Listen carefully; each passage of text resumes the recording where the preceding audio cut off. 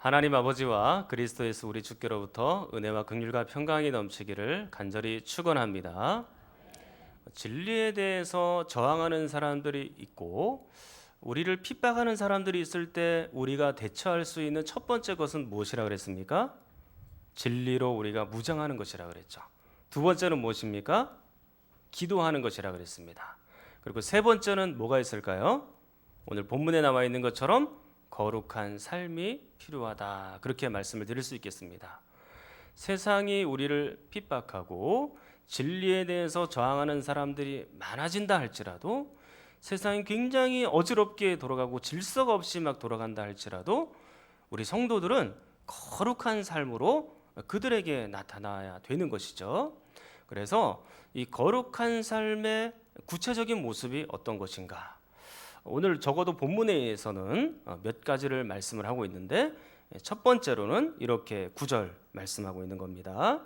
또 이와 같이 여자들도 단정하게 옷을 입으며 소박함과 정절로서 자기를 단장하고 그랬죠.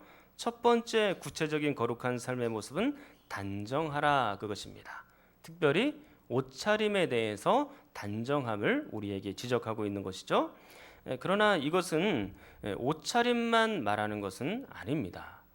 그 뒤에 보시면 소박함이라는 단어, 이것은 경건이라는 단어와 대체할 수 있고, 정절이라는 것은 자제하다, 절제하다, 그런 뜻이죠.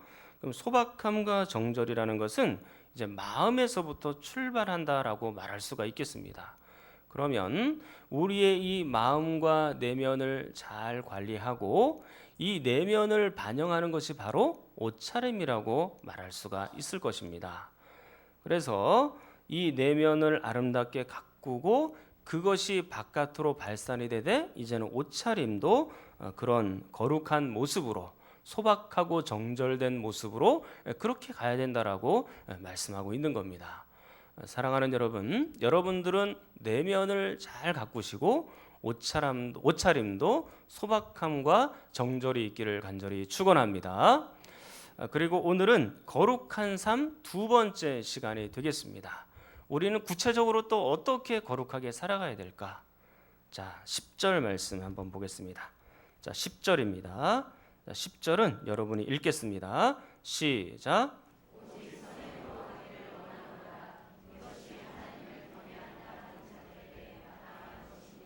아멘. 선행해야 된다, 그렇게 말씀하고 있습니다. 근데 선행을 해야 된다라고 말할 때 이것은 독립적으로 쓰여진 것은 아니고 그 앞에 있는 9절 말씀과 긴밀하게 연관이 되면서 쓰여지고 있습니다. 자, 9절 하반절을 볼게요. 따은 머리와 금이나 진주나 값진 옷으로 하지 말고 오직 선행으로 하라, 그렇게 말씀하고 있는 것이죠. 지금부터 한 2000년 전, 그러니까 디모데전서가 쓰여질 당시에 이 여성들의 패션에 대해서 여러분들이 좀 궁금해하실 것 같아요. 궁금하시죠? 예, 궁금해야 됩니다. 예, 근데 그분들의 패션의 모습이 오늘 이 짧은 구절 가운데 들어가 있는 겁니다. 제가 이렇게 자료를 더 이렇게 조사해서 찾아보니까 핸드릭슨이라는 분이 이렇게 얘기를 했어요. 물론 여자들이 따은 머리가 문제는 아니다. 요즘에도 따은 머리 얼마든지 할 수 있지 않습니까? 근데 더 큰 문제는 뭐냐면 이 따은 머리에 들어가는 장신구나 핀이 이제 문제인 것이죠. 그래서 이 핀이나 장신구를 당시에 이제 상아 같은 거, 그리고 은으로 이렇게 장식을 한 장신구가 있었던 겁니다. 그러니까 이 상아는 오늘날에도 굉장히 고가의 물건이잖아요. 그런데 당시에도 이런 물건을 가지고 머리를 꾸미기를 원했던 거예요. 당시 여자들의 머리 스타일, 헤어스타일은요, 그 사람의 부의 척도, 재산의 척도를 보여주는 거기 때문에 이 여성들이 머리에 대해서 많이 신경을 썼다 그래요. 그리고 옷을 입을 때도 보니까 금이나 진주나 값진 옷으로 그렇게 있었던 여성들이 많았다라고 얘기를 하는 겁니다. 그러니까 금장식이나 페르시아산 진주 같은 것으로 이 옷을 좀 장식을 잘해서 그렇게 입고 다니는 사람이 있었다고 얘기를 하는 겁니다. 근데 이런 금장식이나 진주가 달린 옷은 굉장히 좀 비싸겠죠. 그래서 당시에 좀 비싼 옷 정도 하면 약 7천 데나리온 정도 되는 옷을 입고 사는 사람도 있었다 그래요. 7천 데나리온이 어느 정도의 옷이냐면 1데나리온이 노동자 1일 품삯입니다. 그러면 7,000데나리온 그러면 어때요?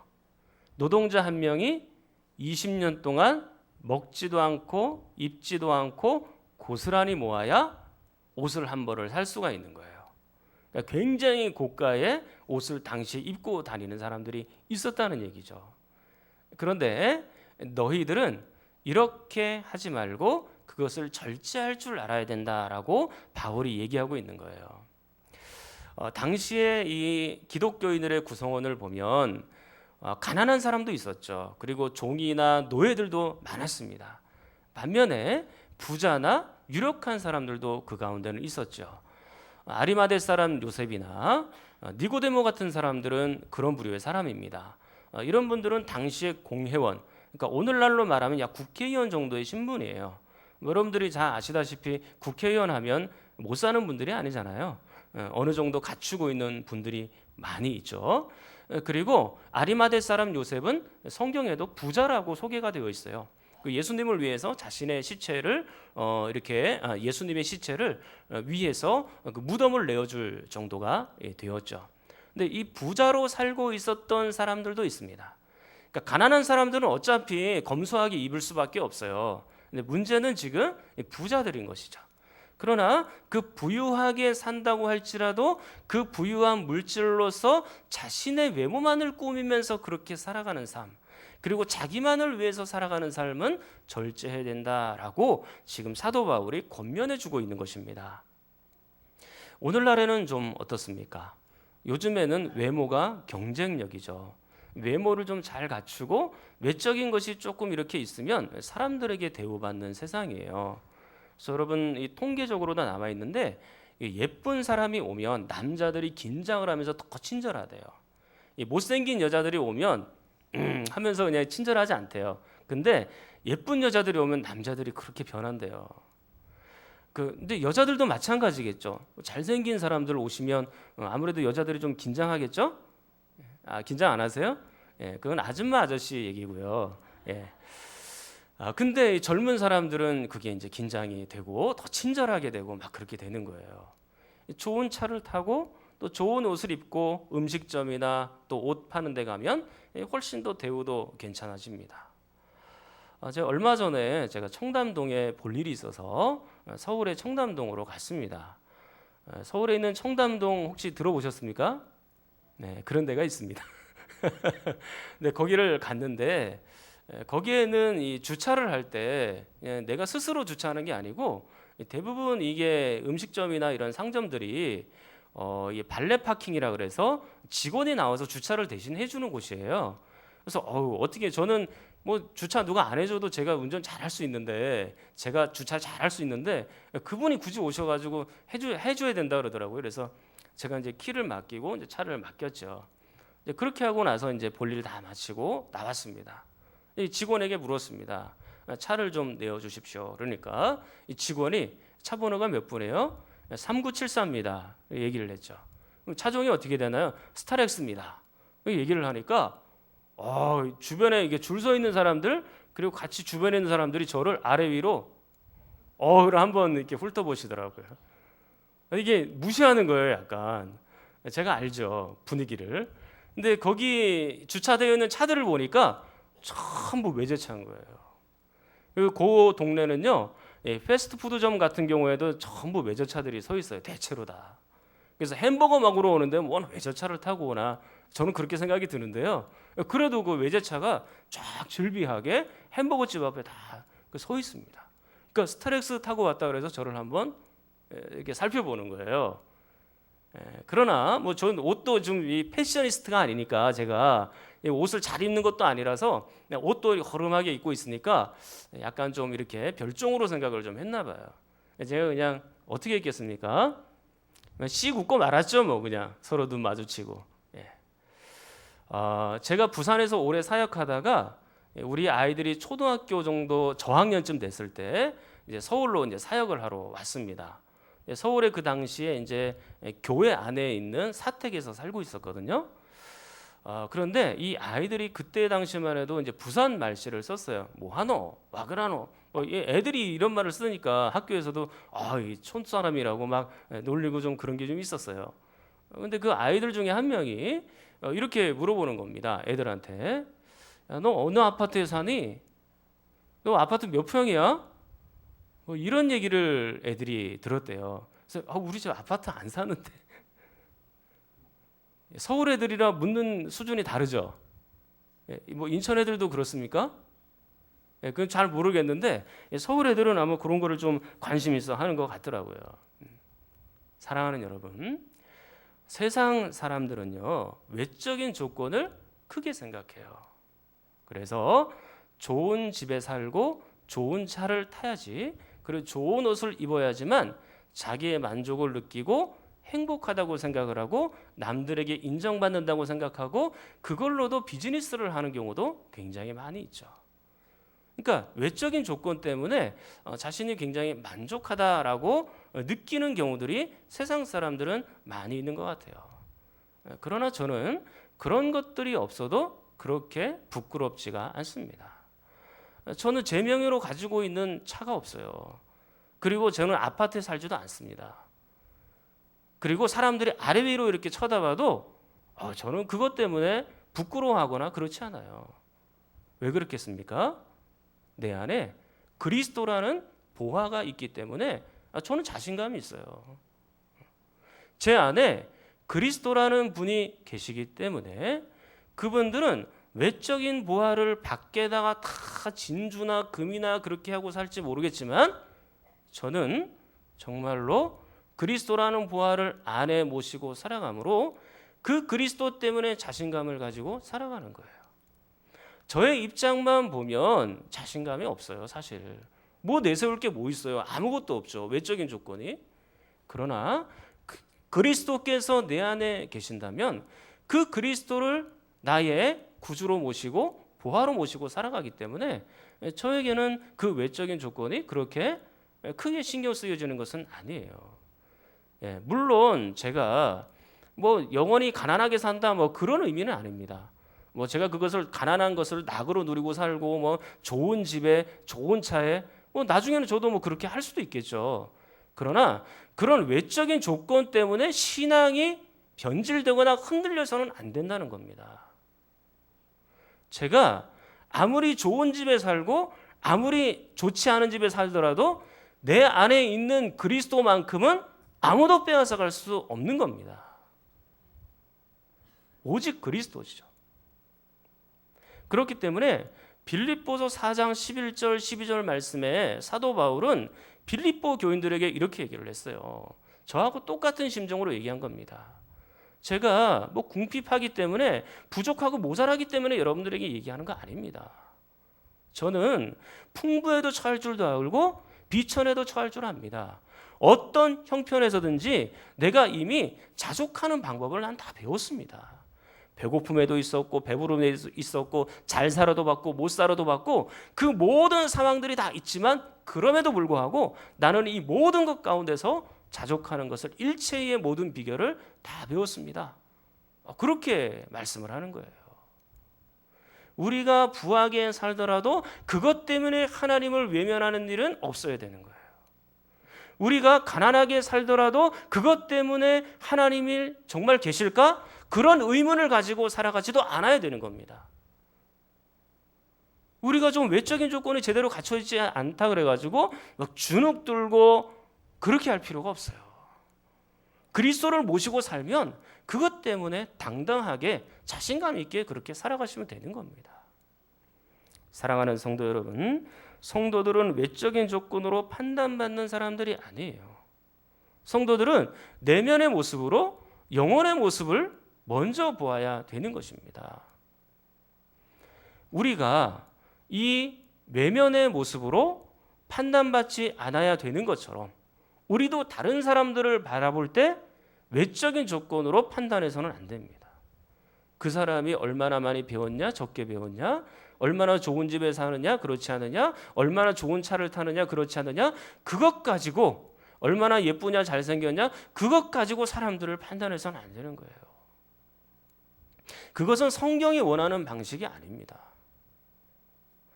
그러면 사무엘상 16장에 보면 선지자 중에 사무엘이라는 선지자가 나옵니다. 근데 사무엘이라는 선지자가 왕을 간택하기 위해서 이새의 집으로 갔습니다.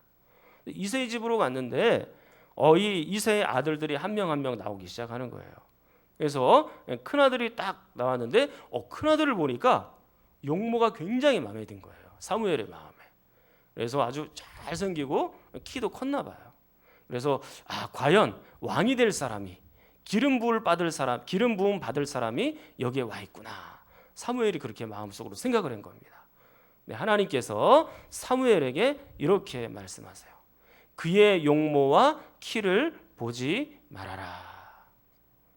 저는 왠지 그 말씀이 깊이 와닿습니다. 사랑하게 됐습니다.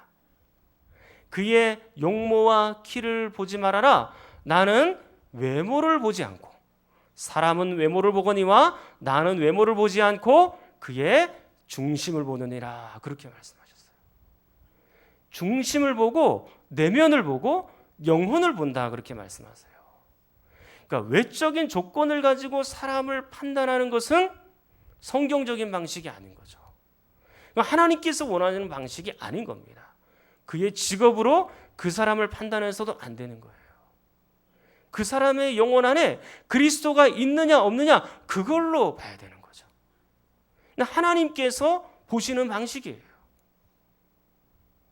사랑하는 성도 여러분, 여러분 안에 참된 보화 예수 그리스도가 있음을 믿으시기를 축원합니다. 그 보화가 있기 때문에 외적인 조건을 가지고 나를 판단케 해서도 안 되고 다른 사람들을 그렇게 판단해서도 안 되는 거예요.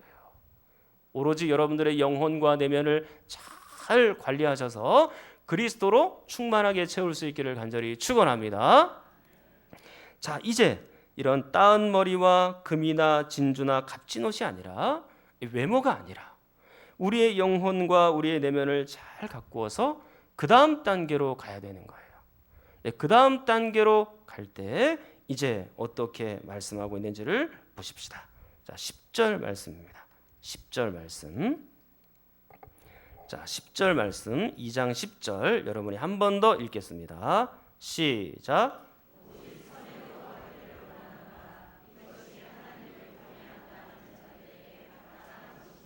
아멘. 그 다음 단계로 나가야 되는 것은 뭐라고요? 선행을 하라고 말하는 거예요. 착한 일을 하라고 얘기하는 겁니다. 하나님께 대하여 이웃들에 대하여 선행을 하는 거예요. 근데 영혼이 아름답지 않고 내면이 아름답지 않으면요 선행을 할 수가 없어요. 그럼 불가능한 겁니다. 우리의 영혼과 내면이 아름답고 잘 가꾸어져야 하나님과 사람들에게 선행을 하며 살 수가 있는 거예요. 이것이 얼마나 중요하냐면 동시대를 살아갔던 베드로도 이와 똑같은 유사한 말씀을 하셨어요. 한번 성경을 볼게요. 베드로전서 3장입니다. 베드로전서 3장 379쪽 신약성경 379쪽 지난번에 한번 찾아보기는 했는데 우리 한 번 더 보도록 하겠습니다. 그 바로 위에 있는 말씀이니까요. 베드로전서 3장 신약성경 379쪽입니다. 신약성경 379쪽 베드로전서 3장 1절 말씀. 베드로전서 3장 1절 379쪽입니다. 379쪽. 자, 다 못 찾았으면 화면을 보시면 돼요. 자, 제가 한번 보겠습니다. 3장 1절. 아내들아 이와 같이 자기 남편에게 순종하라. 이는 혹 말씀을 순종하지 않는 자라도 말로 말미암지 않고 그 아내 행실로 말미암아 구원을 받게 하려 함이니 그랬습니다. 여기 지금 구원에 관한 주제가 나오는 거 보니까 이 남편이 아직은 예수님을 믿지 않는 상태, 불신 남편인 것 같아요. 근데 이 불신 남편을 구원함에 있어서 중요한 것은 아내의 무엇이라고 말합니까? 행실이라고 말하는 거예요. 착한 행실, 선행을 얘기하는 겁니다. 말이 아니고 남편의 말에 순종함으로 착한 행실로서 남편을 구원할 수 있을 것이다 라고 말하는 겁니다. 부연 설명하기를 2절 말씀 보시면 너희의 두려워하며 정결한 행실을 봄이라 그랬습니다. 누가 보는 겁니까? 남편이요. 두려워한다라는 단어, 하나님을 얼마나 경외하는지, 그리고 얼마나 거룩하고 정결한 삶을 살아가고 있는지를 남편들이 다 보고 있다는 얘기예요. 그리고 나서 3절 말씀, 디모데전서 2장 9절에 나온 아주 유사한 말씀, 그 말씀이 3절 말씀에 등장합니다. 3절 한번 여러분 읽겠습니다. 시작.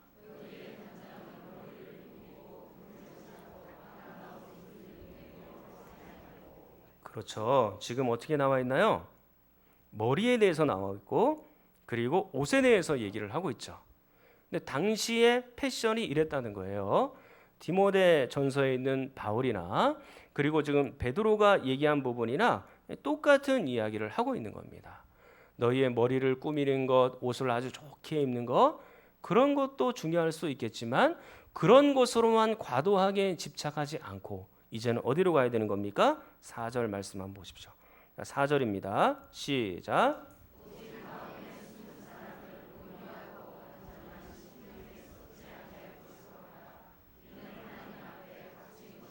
그렇죠.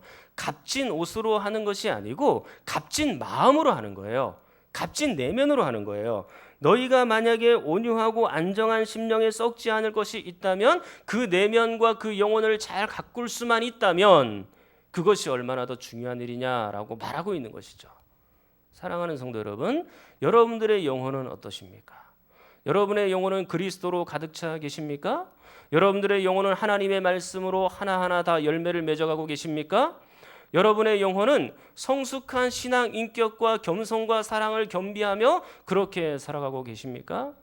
그리고 여러분들의 영혼과 여러분의 내면은 비록 내 외모는 초라할 수 있고 내가 입은 옷은 별거 아닐 수 있지만 여러분의 영혼만큼은 그리스도 때문에 자신감 있게 그렇게 살아가고 계십니까?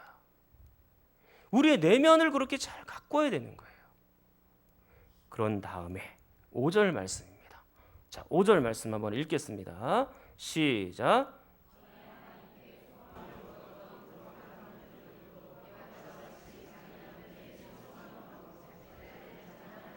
아멘. 그렇죠. 4절에는 내면을 얘기하고 5절에서는요. 이제는 거룩한 삶에 대해서 얘기를 하는 겁니다. 너희의 순종함으로 남편에게 순종함으로 이것은 거룩한 행실 그리고 착한 행실 그것을 말씀하는 거거든요. 그 거룩한 행실이 우리에게 좀 필요하다. 내면을 잘 가꿀 뿐만 아니라 우리의 거룩한 행실로도 이것이 나타나야 남편들을 구원할 수 있다라고 말하고 있는 겁니다. 지금 베드로전서 같은 경우에는 부부에서 한정되어 있는 말씀이기는 해요. 근데 디모데전서 2장 같은 경우에는요. 부부 사이뿐만 아니라 다른 사람들, 다른 남편이나 아니면 다른 남자들이나 다른 여자들 모두에게 해당되는 말씀이라고 얘기할 수도 있겠죠. 범위가 좀 확산되었다라고 말할 수 있습니다. 그러나 골자와 내용은 똑같아요. 머리나 아니면 외모나 아니면 옷에 더 많은 신경을 쓰지 말고 더 신경 써야 될 것은 너희의 내면이고 너희의 영혼이다. 그렇게 지금 성경이 말씀하고 있는 것이죠.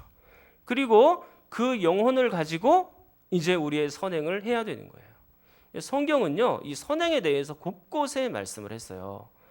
목회서신에도 있거든요. 디모데전서 5장 25절에 보면 이와 같이 선행도 밝히 드러난다. 거기도 선행을 강조해요.